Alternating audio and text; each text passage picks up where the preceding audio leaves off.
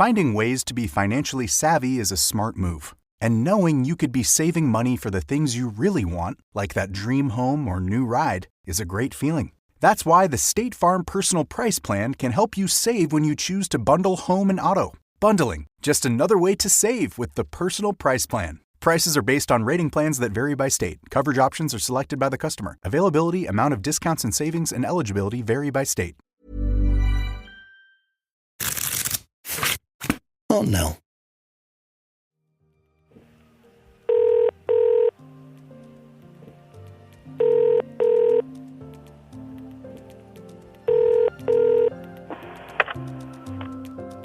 This is a logbook entry from the 21st of January, 1989. There is a young woman who has rung 6 times this evening and gives the tale that she and her girlfriend of the same age want to know what they can do to each other sexually, and then wants to know what men do to each other.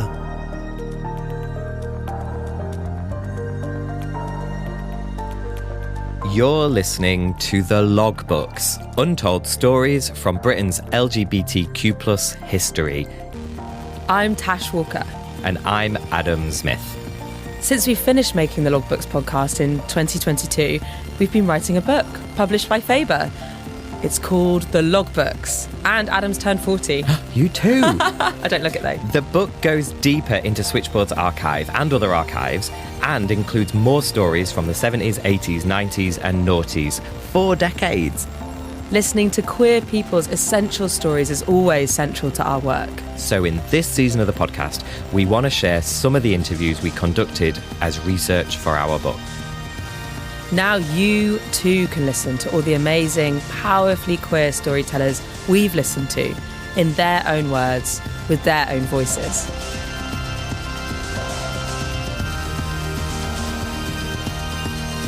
Tash, we've got one of your good pals in this episode, right? That's right. I'm bringing another younger person to the podcast. Yeah, it's my friend Abi McIntosh, who was born in 1993. Love Abi. Yeah, Abi's great. Yeah, I guess we just wanted to keep speaking to different people, and it's always really interesting putting your friends behind the mic. It gives for like really different, varied conversation. And for a bit of context, we worked with Abi on a podcast that we made called Black and Gay back in the day. You can listen to it wherever you get your podcasts. And in each episode, we took a photo that was part of that archive that Mark Thompson has and paired a younger Black LGBTQIA plus person with an older Black LGBTQIA plus person. And Abi was partnered with Ted Brown for that episode. And she mentions Ted in this interview. And people can listen to that episode. It's an amazing episode from Black and Gay back in the day.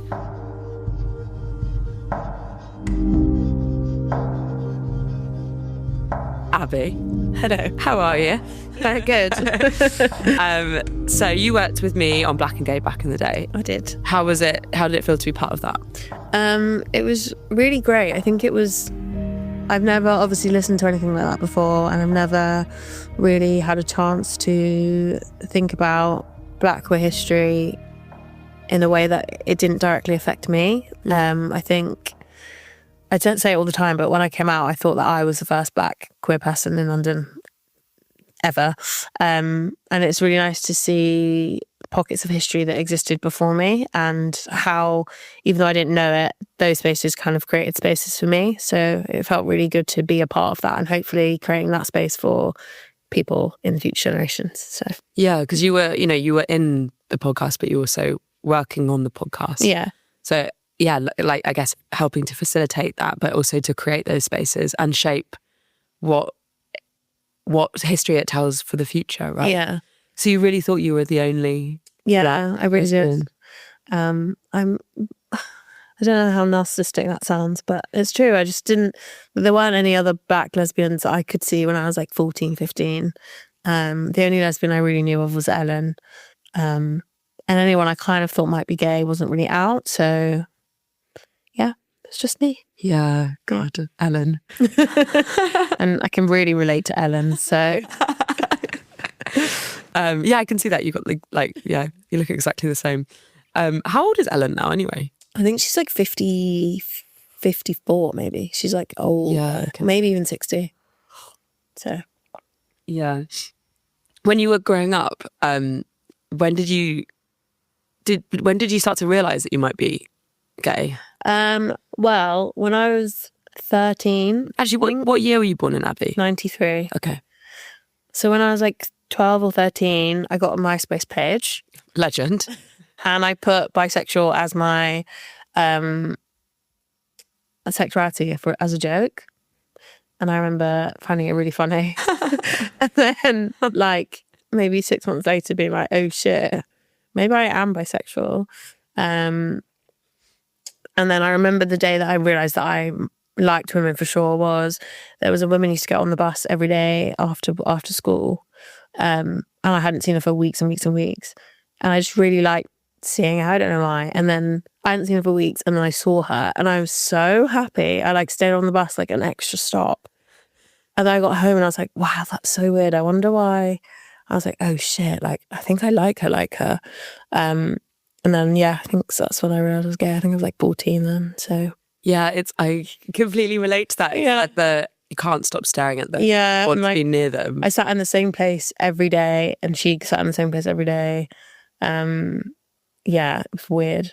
Wow. Was she older? Yeah, she was like coming home from work.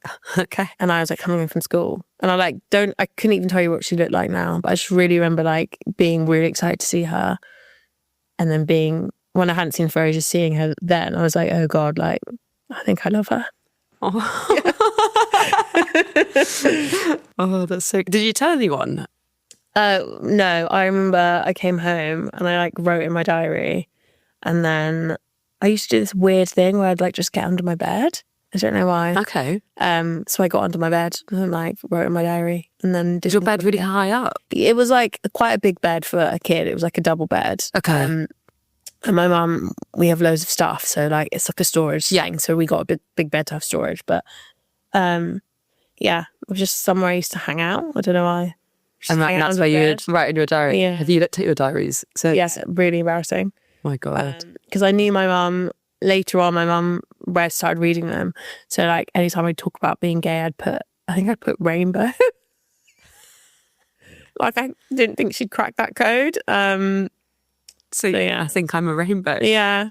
I've got a big crush on blah blah. She's out. I think she's a rainbow, blah blah blah blah. Yeah. So nothing like the crush is... She wouldn't get it from the crush. No, it's just the rainbow's the only thing you need to code. So, yeah. Oh, Abi, that's so sweet. So sad. I read them back now and it's so embarrassing and like... Well... Yeah. But like also having no one else to tell. It's just sad.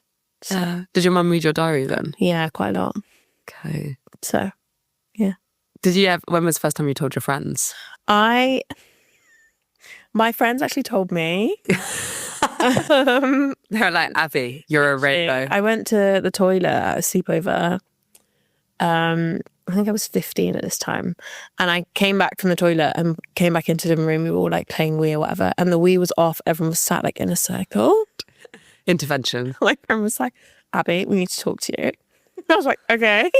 Like, we think you're at least bisexual or maybe even a lesbian. Yeah, and that was the first time that we like talked about it. What did you say?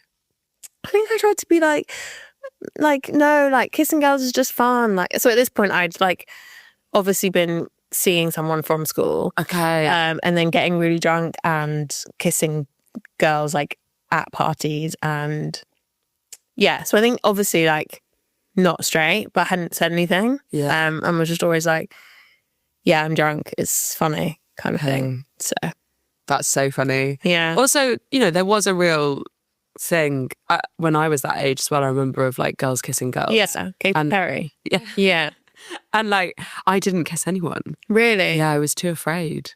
Thing is, I remember specifically, my sister had a house party at my house, and Is she older or younger? she's older than me, but only a year, like a school year older than me. And I remember that's the first time I kissed a girl like seriously. And then I made sure I kissed like, I think I kissed one girl and like 6 or 7 boys to like balance it out. Yeah. So it was just kind of like Abi kisses everyone rather than like Yeah. I kiss someone because I'm a lesbian. Yeah. So, Yeah.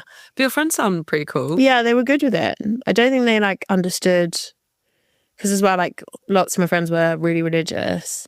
But I think they were just like, it's obvious, like, why, like, just be open about it. Okay. So they were like, okay, that's really cool. Yeah. And now I look back on it, I'm like, that is so nice. Like, I didn't have to say anything. Yeah. And they like it wasn't like a let's talk about it. It was just like, just something for you to think about. Yeah, okay. Because you're probably a lesbian. Yeah. And then that was it. So. And are you still friends with those? Yeah. And then my friends was like, we hang out all the time still. Okay. So. That's so nice. Yeah. And they've always been cool with it. Yeah. Which is really interesting because I specifically remember trying to pull away from them when I realised that I might be gay. Was this before they spoke to you? Or? Yeah. Just, I feel like I'd done that with so many people in my life. Like, I just kind of cut them out so I didn't have to come out. Like, there's so many people now that probably know that I'm a lesbian now, but I haven't told them. They just kind of found out, and I just stopped speaking to them so that I wouldn't have to say it. So it's nice that I had like a group of friends that were just kind of new. Said it So I for didn't you. say it, yeah. Yeah. So was it the act of saying it felt too much? Yeah, I think even now, like, I remember at uni I had a job, and at uni I was like so out. And I had a job at uni, I worked at a pub, and I just didn't tell anyone for a whole year. Really? Yeah, I didn't say anything. And then at my... Wait, so you were out at uni, but not at my job. Oh, that's so interesting. And then I like told... I ended up on a night out, and everyone from my club was there. I think I'd quit by then. And I was out with like ladies football, and we're all pretty gay. And then someone was like, oh, Abby, like, hey. And I was like, oh my God, no, like really, really nervous. And he was like, yeah, we all just kind of figured. Yeah. I love it. You've got like everyone around you who's straight and the biggest gaydar for you. It's so good. Because I think I look straight, I feel like I don't feel comfortable all the time coming out. And it's kind of like I feel like I have to do it the minute I meet you, or I don't know how to drop it in conversation. So I just kind of don't do that.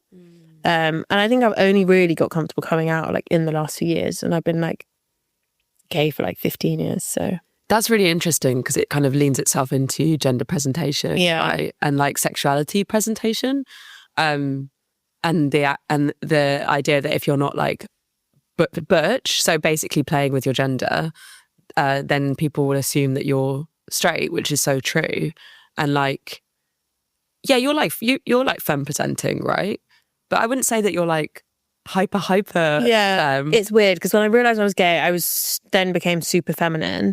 And then when I went to uni, I kind of pulled back a bit. And now I'm feeling like more comfortable in my sexuality. So like, I kind of feel like I want to be more hyper feminine again. Yeah. But yeah, I just like, I'm grateful that I don't have to come out. But then it's also like, because I'm not obviously gay, it makes me uncomfortable that then I have to come out to someone. Yeah, totally. I think that's something that so many people don't think about. And one thing I've noticed in my life is, well, since I cut my hair, like I don't really have to come out that much at all. And also I dress, I suppose, a bit more like androgynously. But that's really changed because I used to have hair that was as long as yours for a really long time. And people would just, based on like your hair length, would just make the assumption. Yeah. Yeah.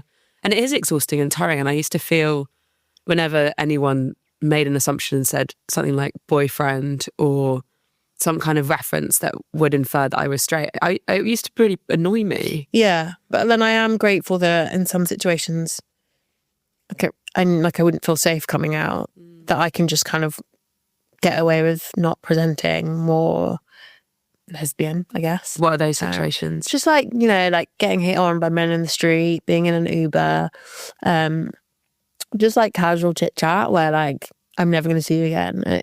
Is it worth me coming out and having a bad reaction? Then just, I don't have a boyfriend or whatever. Yeah. So like safety. Safety, yeah, mainly. I think I feel lucky in those situations. So, yeah. Yeah, interesting. And how was it when you came out to your parents? Or when I guess when your mum read your diary? It wasn't very good. We actually haven't really had like a sit down, I'm a lesbian conversation. It was just my mum read my diary, asked me what it was. When was that? Do you remember? I was like, it would be year 11, I think. So yeah, you were like very much living at home. And And she was like, what is this? Is it true? And I kind of didn't say yes, but didn't say no. And then that was kind of it. And then I just hear her on the phone slagging me off. Okay. And saying, yeah, I knew I shouldn't send her to a girls' school, blah, blah, blah, blah. And that's kind of been it. Right. And I remember my dad sat me down. Well, no, we were watching TV. We were watching Hollyoaks, actually. And it was like a gay storyline. And I think someone was being kicked out for being gay, or they were arguing with their parents for being gay, something like that. And my dad was like, you know, you're my child and I love you no matter what. Like, I wouldn't ever do that to you. And that was kind of it for the conversation. Wow. Okay. So, yeah. I mean, that's amazing. Yeah. My dad's not really like we're not really like a talky family. So I'm sure my dad probably wouldn't even remember that. So, Right. Okay. yeah. And you haven't spoken about it since? No. Okay. And they know about Robin? Well, I've never really introduced anyone to my parents ever. And we don't really have a relationship, really. I see them like a handful of times a year. And they're in London, right? Yeah.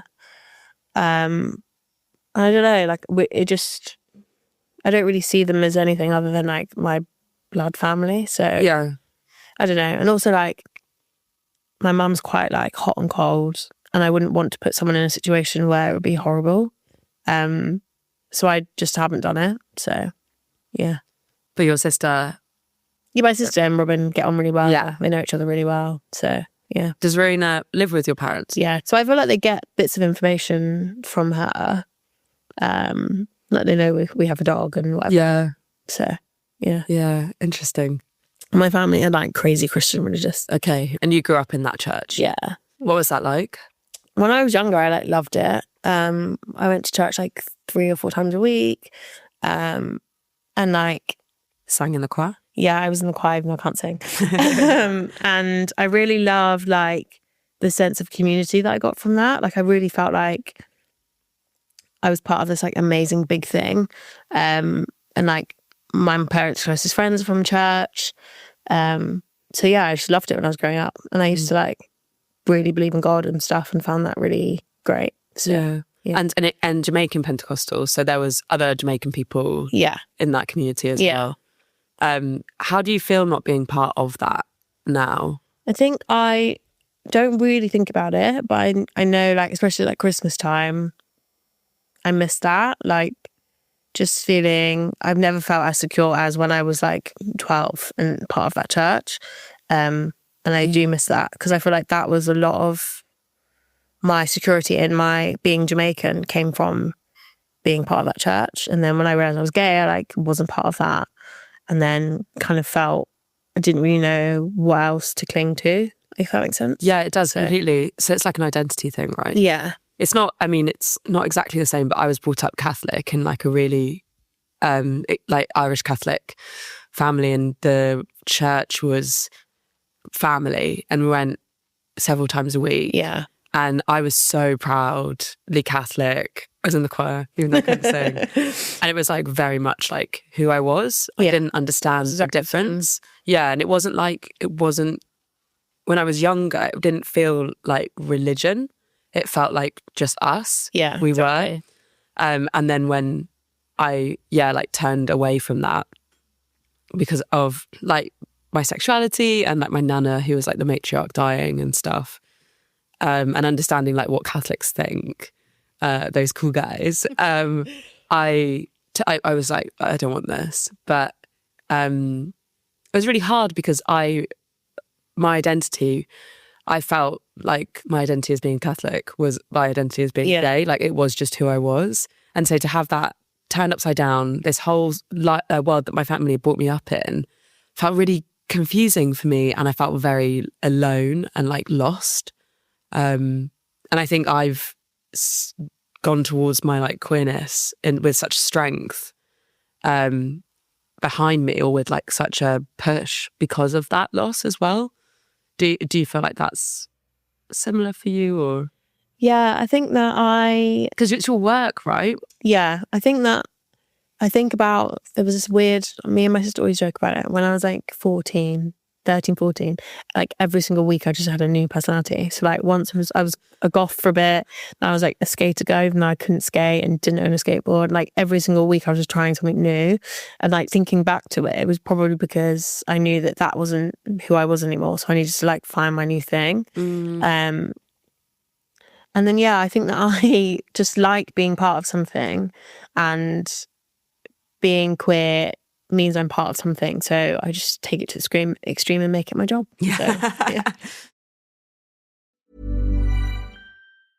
Finding ways to be financially savvy is a smart move. And knowing you could be saving money for the things you really want, like that dream home or new ride, is a great feeling.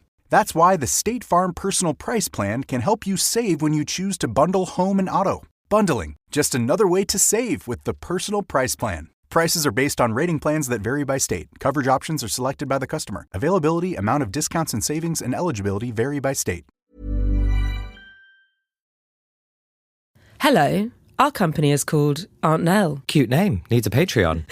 Whether we're making podcasts like this one, or organising events, or facilitating queer community workshops, or training the next generation of storytellers, Aunt Nell invites people to listen differently. for tons of bonus content, including exclusive episodes of the logbooks, and to support all our work. You can join our Patreon now. Go to patreon.com/AuntNell. Membership tiers start from just a few quid a month. But you like what you touched on earlier about your like Jamaican community as well in the church, and having that like visibility within it, and then circling back to Black and Gay back in the day because you were matched up with Ted. How was that for you, meeting someone who was gay, and within all of that? I think that I haven't really processed it yet, because I don't know, for so long, like I thought that being Black and being Jamaican wasn't, being gay and being Jamaican wasn't something I could do both of. And like when I spoke to Ted and he was talking about his mum who was also Jamaican and her being completely fine with him being gay, it just, that for me is like so alien, because obviously that wasn't my experience. And the stuff I've read, the stuff I've watched, like Jamaica is such a homophobic place. And it's just nice to know that there are people who being Jamaican and being queer isn't something they struggle with. It's just who they are. And that's ultimately where I want to get to. I don't think I'm there yet. But that is where I want to get to. So it was nice to meet Ted, who is there, and it's fine. Yeah. How did it feel listening back to yourself in the podcast? I find my voice really annoying. I don't remember you telling me that. Yeah, I think I can hear myself, like when I heard Ted's mum, I can hear myself thinking about that, if that makes sense. Yeah. I think that was like the moment that really, really stuck with me, because I wish that was my reaction, but I'm also really grateful that was someone else's. So yeah, I think that episode is really special to me. Yeah. So yeah. Totally. Has it made you want to connect with other gay Jamaican people specifically? Yeah, I actually, at my job, they were doing a documentary with Tom Daly, and he worked with someone who works at J Flag, which is like a Jamaican LGBT charity thing.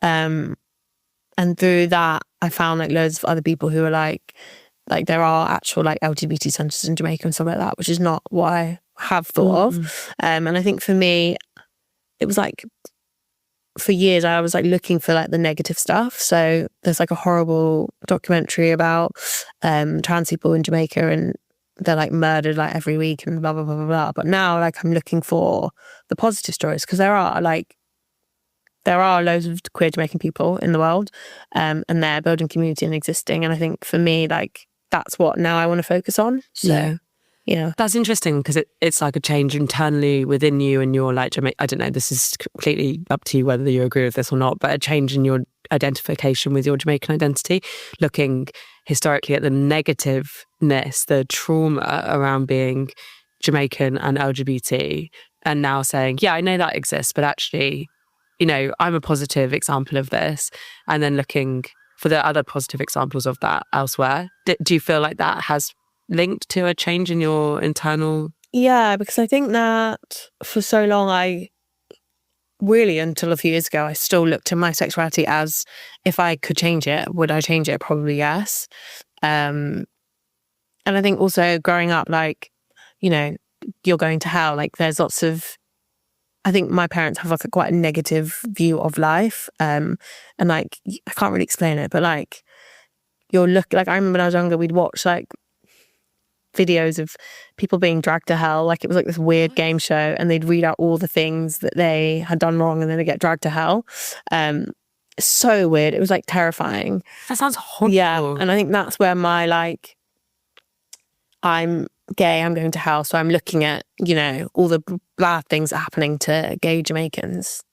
Yeah. And then now I'm like, I don't feel like that. And I think my whole mindset has changed. Like, I'm happy and I wouldn't change who I am for the world. So I want to find more people who are that way, I guess. Well, that's really nice too. Yeah. Because you're great, Abi. I don't want you to change. Thanks for being so open as well. It's really interesting just to chat to you about this. Yeah, I guess we spoke about your work a bit anyway, but yeah, you work as a writer, journalist, but the stuff that you write about is predominantly LGBT. Yes. Q+. Why do you think that is? I think it's because when I was coming out, I don't think the only thing I had was the L word, which is white. And I know Bet is like mixed race. Yeah. But she doesn't very white presenting, isn't she? And it just feels like a dreamland. Everyone's really hot and like, I don't know. It just wasn't really relatable to me when I was 15. Aspirational maybe, but not like mateable. So I think everything I do, I kind of do for 15-year-old me. And like, I don't know. I just never want anyone who's coming out to feel like that's it, they're the only one. And yeah, I love it. Like, I want to meet other queer people. I want to tell other queer stories. I really like finding out things about bits of history that I didn't know, and like someone else will probably want to know that. And it just means I get to read and write and talk about gay things, and that's what I want to do. That's how we live. Yeah. Live, laugh, love. This is your aspirational point of the L word. You're here, honey. Like Ivor Cummings, right? So when we were working on the Windrush thing together, like neither of us but didn't know about it, but you wrote about it afterwards. Yeah. Well, how did that feel, learning about Ivor Cummings?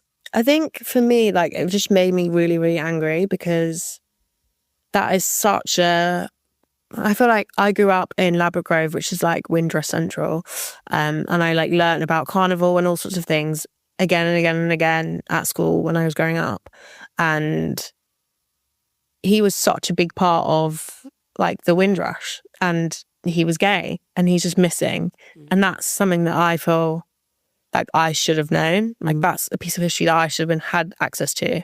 And so many other young queer Caribbean kids should have had access to. So I think I was obviously really excited to learn about it, but then I think also really angry that I didn't know, and I probably could have gone like the rest of my life not knowing. Yeah. And I think it's sad when you're from a community where you have to like dig for your history and you're not just given it. I think that's a shame.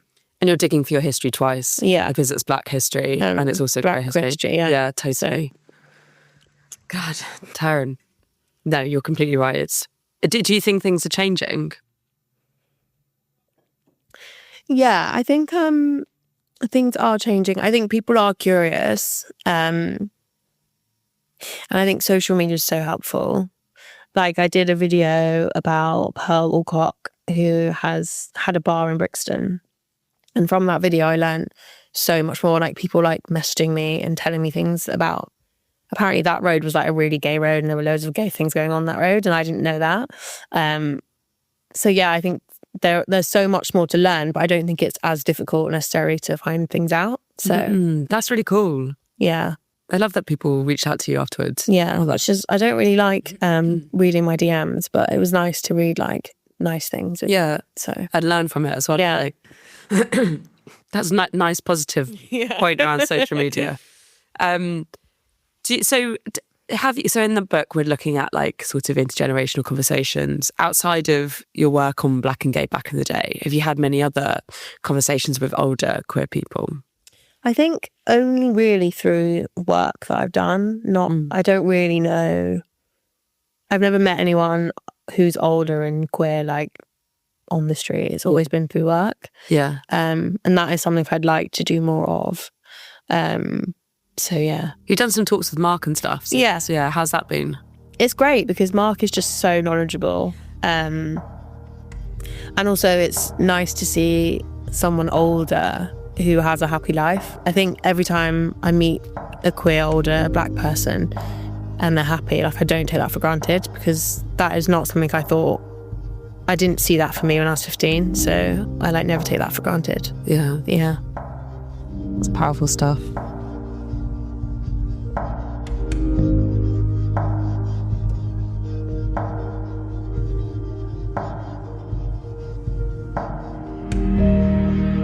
Abi is, still so young. I just loved listening to her talk there. But she's so young, but it's kind of shocking that she didn't think being Black and queer and happy could all happen, could all be true.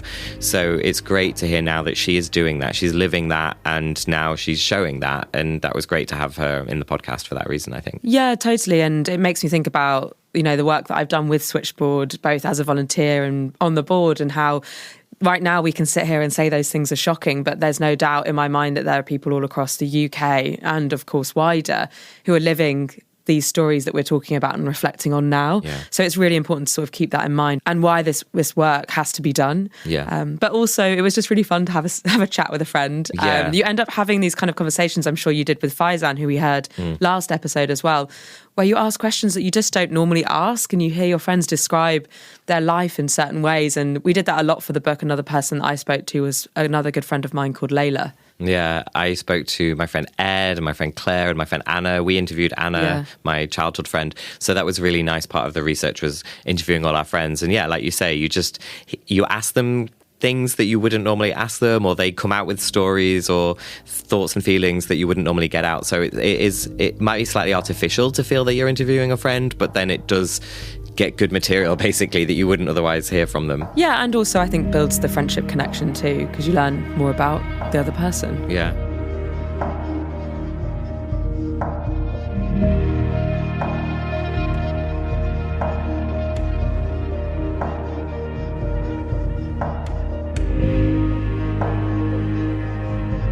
The Logbooks is an Aunt Nell production.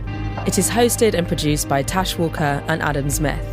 The voice of The Logbooks is Serena James. The assistant producer is Marnie Woodmeade. Engineered by David Pye.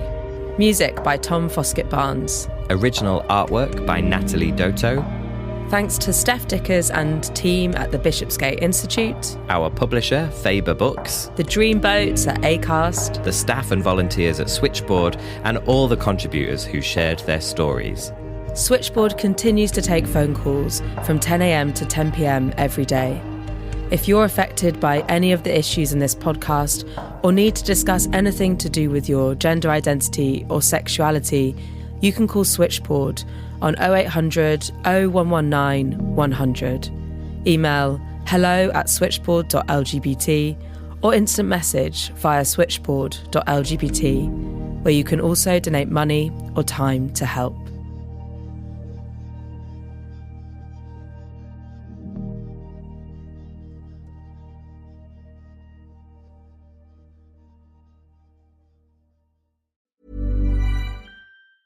Finding ways to be financially savvy is a smart move. And knowing you could be saving money for the things you really want, like that dream home or new ride, is a great feeling. That's why the State Farm Personal Price Plan can help you save when you choose to bundle home and auto.